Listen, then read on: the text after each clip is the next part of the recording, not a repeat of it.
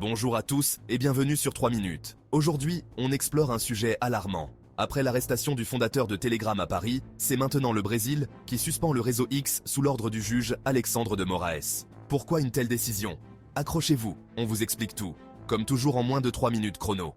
Après plusieurs jours de tension avec Elon Musk, le juge Alexandre de Moraes a pris une décision radicale. Suspendre les activités de X, anciennement Twitter, dans tout le Brésil. Cette décision touche directement les 22 millions d'utilisateurs brésiliens. Non seulement ils ne pourront plus accéder à X, mais toute tentative de contourner cette interdiction via des VPN sera sanctionnée par une amende de 8 000 € par jour. Pourquoi un tel coup de force? Le juge Moraes justifie cette action en affirmant lutter contre la désinformation, accusant le réseau X de promouvoir des contenus nuisibles.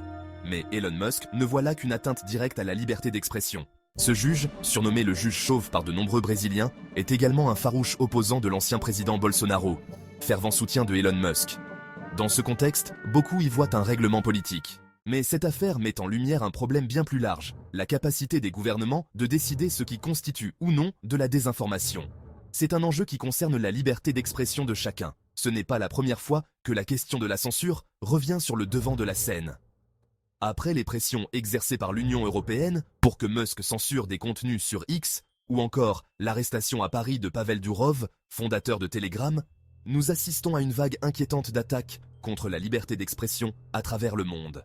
Elon Musk a averti que cette bataille pour la liberté d'expression est l'un des enjeux centraux de la campagne présidentielle américaine.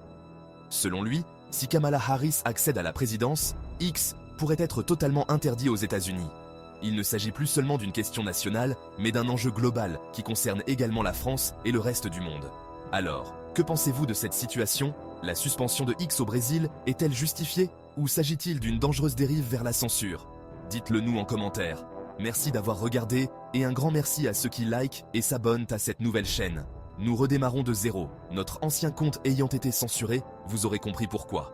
À la prochaine, et n'oubliez pas, quand le mensonge prend l'ascenseur, la vérité prend l'escalier. Elle met du temps, mais elle finit toujours par arriver.